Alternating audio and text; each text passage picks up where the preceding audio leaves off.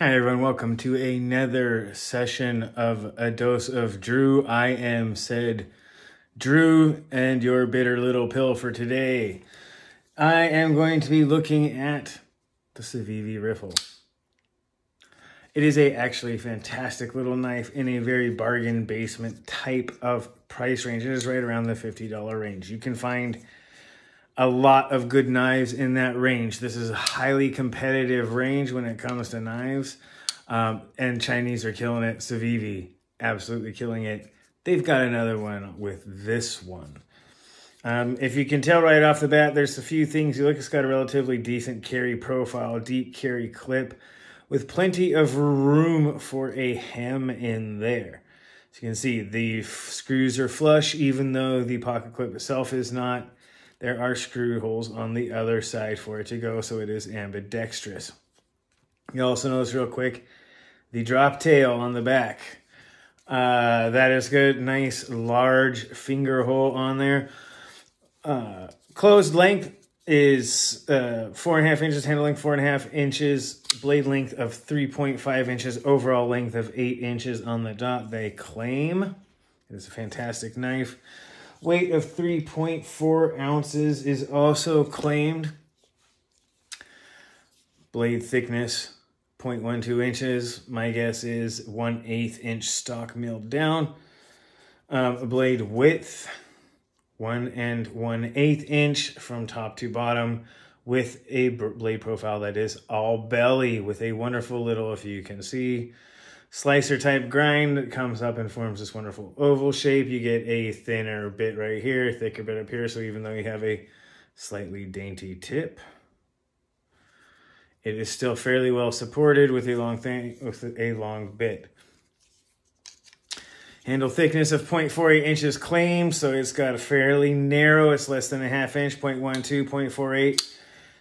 A blade thickness to handle thickness ratio of about 1/4, which for me is about as small as I like to go. I don't like there to be a very thick handle with a teeny tiny thin blade. The only way I like to go a little bit lower than that is if it's contoured. This one has Civivi action.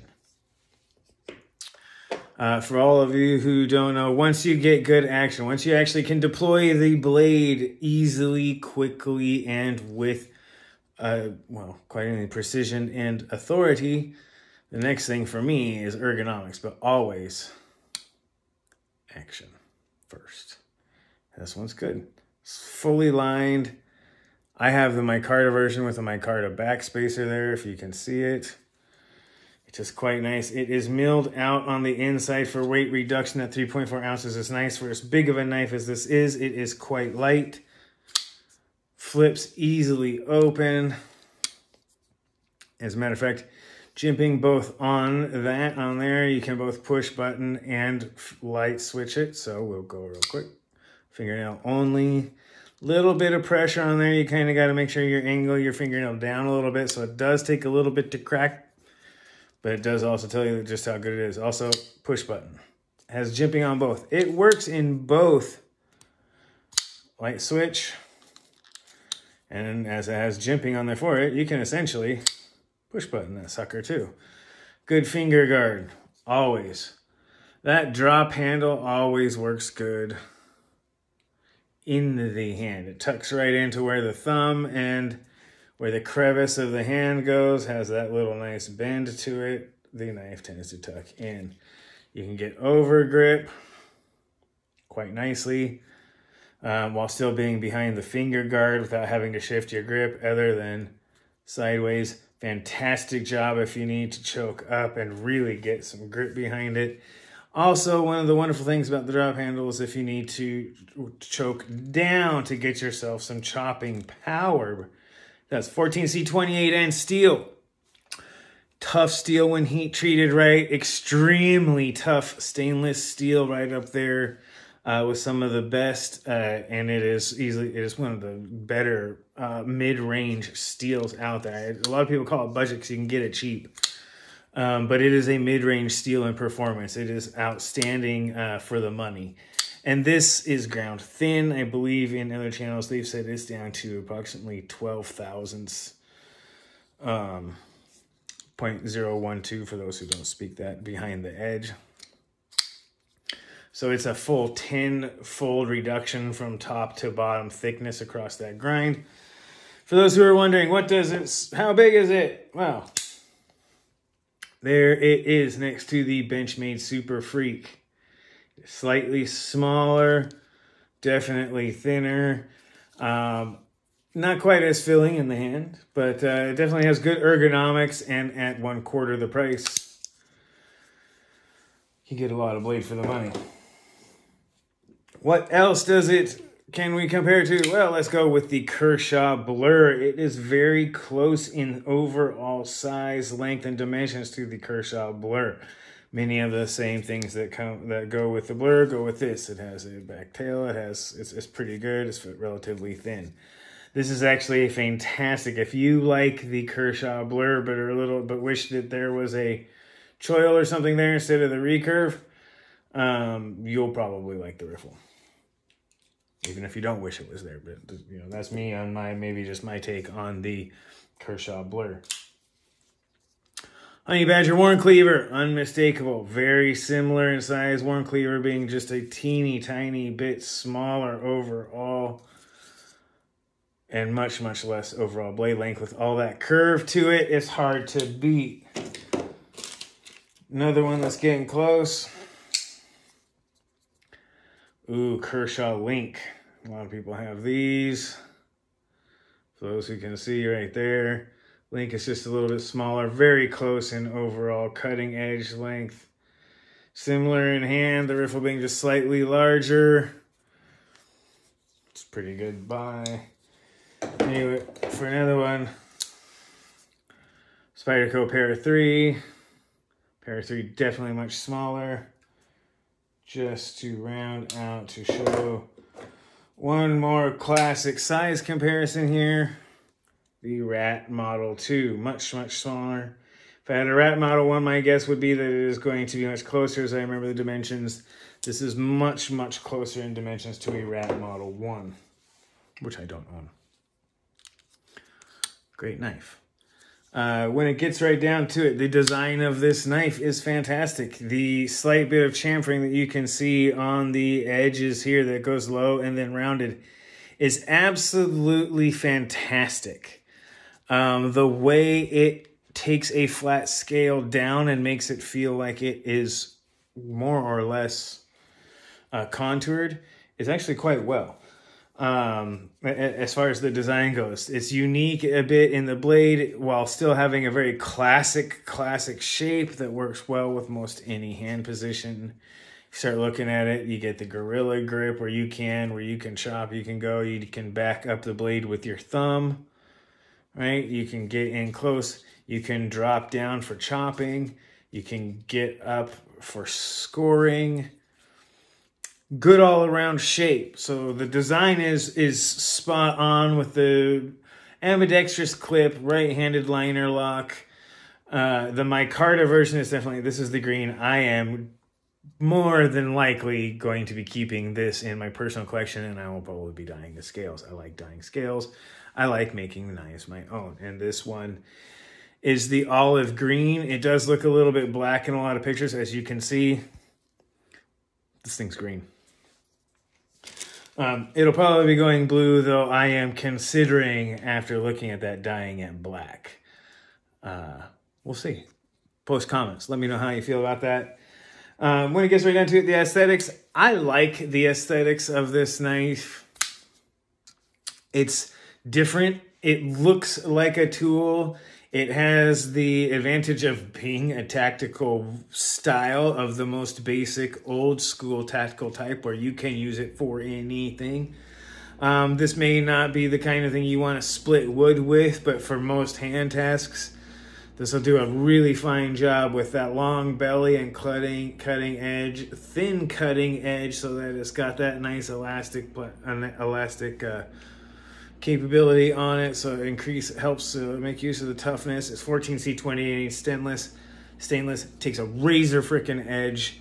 I don't know if anybody has these kinds of tests. And Civivi not only grinds a thin edge, they grind a very good and keen edge. But yeah,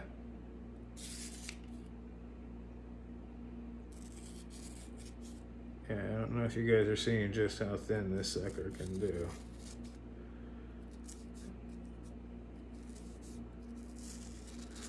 But anyway, yeah, that's 2 strokes on each side, 1, 1, 1, 1, 1.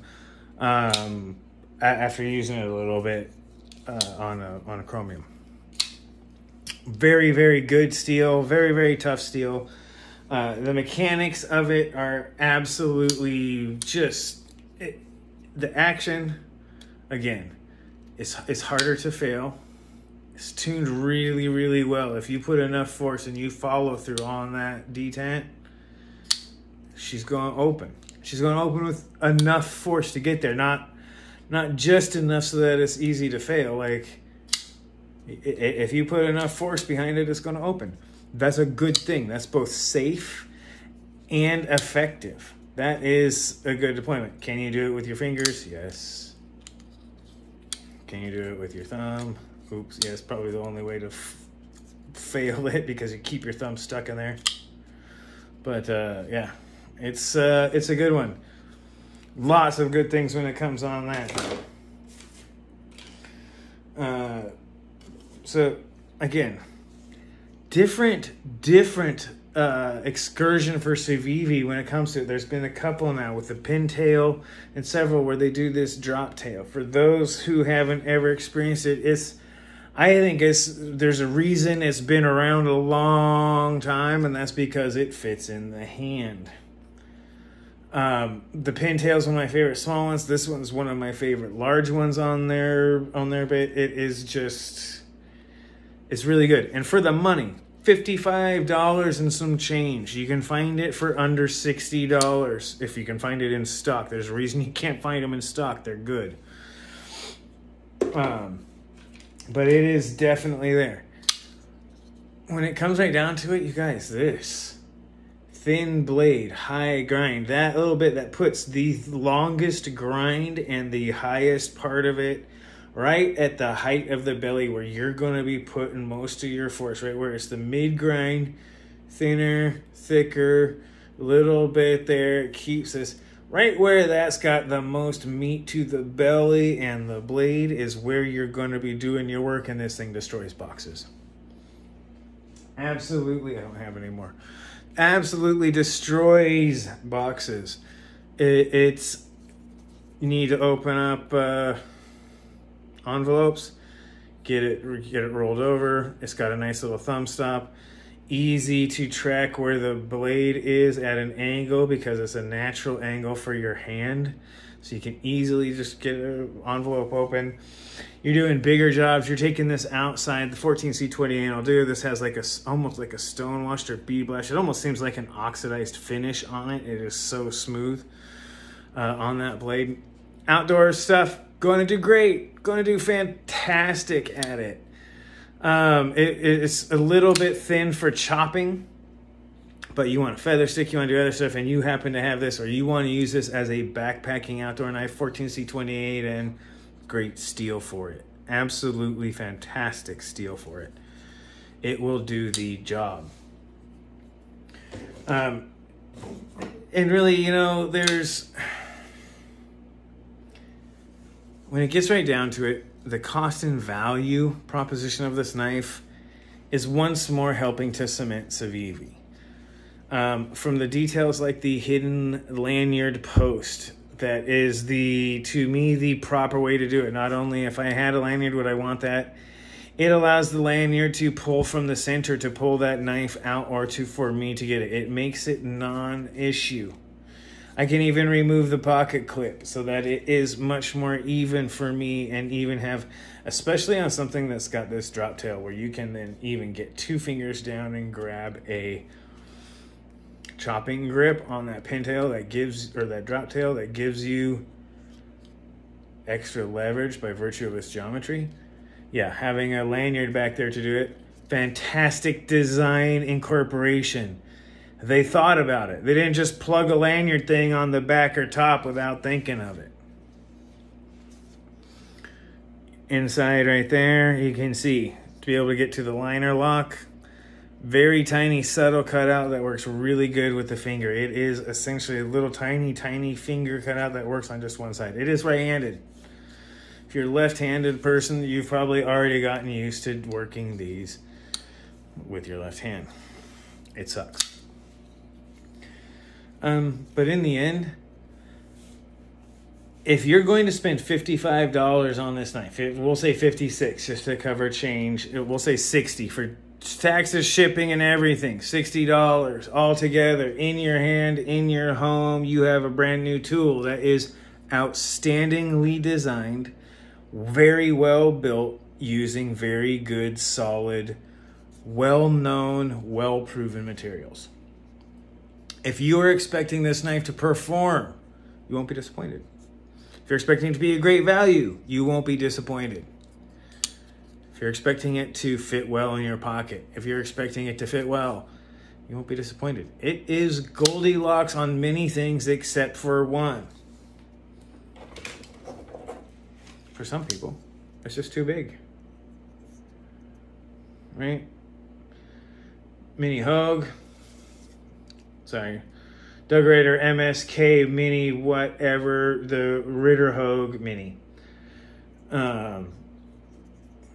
Appreciate you trying to encode the entirety of the design process, but please put a nickname on your stuff, man.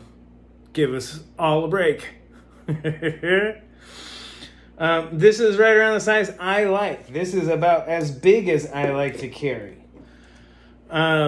This one makes use of it being under 3.5 ounces at this size with an incredibly useful blade size. Really, really good ergonomics. Could stand to have something contoured, but I would bet right at this point in time, aftermarket scales are not going to be a problem. That's a fairly simple shape. So yeah, anything to go on their aftermarket, contoured or otherwise, probably not too bad. Balance is really good. It's a little far behind the pivot, but at the same time, there is no choil, so your power knuckle is a little bit farther behind the pivot. Makes this thing work really good. You bring it down, you can drop that fulcrum lever behind there. Sorry if I'm waving that in my face if that bothers anyone. And really get a good chopping action on it. It's not going to split wood. If you're expecting that, you're going to be disappointed. This is Goldilocks zone for a lot of people when it comes to an EDC knife. It's thin, it's slim, it fits in the pocket. It's got enough room for a jeans hem, pocket hem in there. It doesn't go straight down. There's enough room for a hand a little bit. This is all the way open, so if you do not use a lanyard and you do like I do and you pull with your thumb behind and your other finger, and your other finger there so that you're lifting that up and you're coming behind and you pull out of your pocket this way, this works great. I don't do the lanyard. That's how I do it, or I have to do it on top of there. I do this, where I got my thumb in between, or on some of them, if it's not all the way deep carrying enough, I will do the thumb and grab, which is why a lot of people don't do deep carries, because you can essentially grab like this and pull your knife out. That's why people don't like deep carry. For me, if the deep carry is done well, it doesn't matter. I like deep carry because I don't like sticking out of my pocket. I don't like it poking me when I sit down in my car. So I don't like the shallow carry. I don't mind a little bit in between, but that's personal preference for me. There's a lot of people out there who just will throw a little lanyard on there for the extra grip it gives them, take the clip off so it's even, less unbalanced, and give you that extra little bit, and now you can pull it out of your pocket. You never have to worry, and you just carry a slip or something for it, and it's fantastic. And this is one of those knives you can. It is, again, slim, light, well done. The micarta, fantastic material. Hard to say. If you're expecting more than that, if you're expecting the end-all, be-all, fixed blade replacement outdoor knife, you'll be disappointed. It's not the Goldilocks zone for that. It's not fantastical. It is D-average at best. It will in a pinch. It would be a great backup folder if you want a cheap backup folding knife, because it does have the ability to do it in a pinch. If you know what you're doing and you understand what this knife is, you should have no problem. If you're looking for an EDC knife and you are one of those people who it's got to be bigger than 3 inches, 3.46 I believe it is, 3.5, fairly good round number.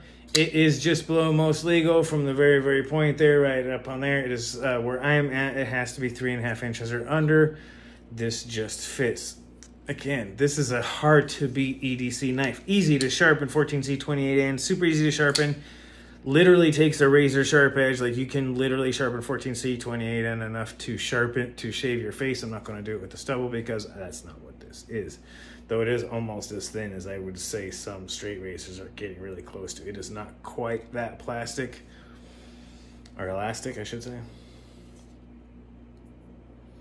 But it is well supported all across the way in that slice ground. Because point, down, reverse grip, all sorts of wonderful things. It does leave a little bit out, so if you're doing it for tactical reasons, it gives you a striking service on the front and a jab on the back. If you're doing it to drive the point home, you can get a fairly decent thumb grip on that so that you can keep that line from there all the way through right where you're jabbing.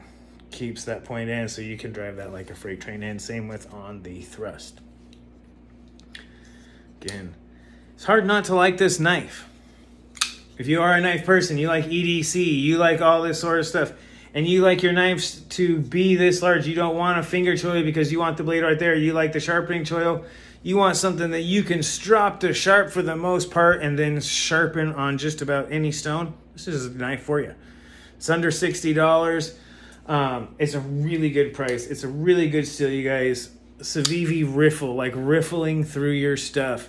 They're going to riffle through your wallet because they deserve it. It's a good, good knife. It's one of those ones that you can fit in your pocket. It doesn't overly print with the thinness. Easily usable, not overly scary, yet still has all of the qualities you want in a pocket knife. I've been Drew. This has been a dose of Drew. Go ahead, watch it twice.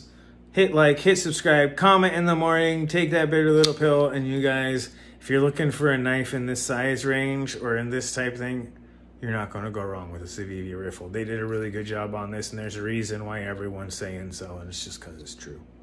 So, I hope you like that dose of Drew. I'm said Drew. You guys all have a good night.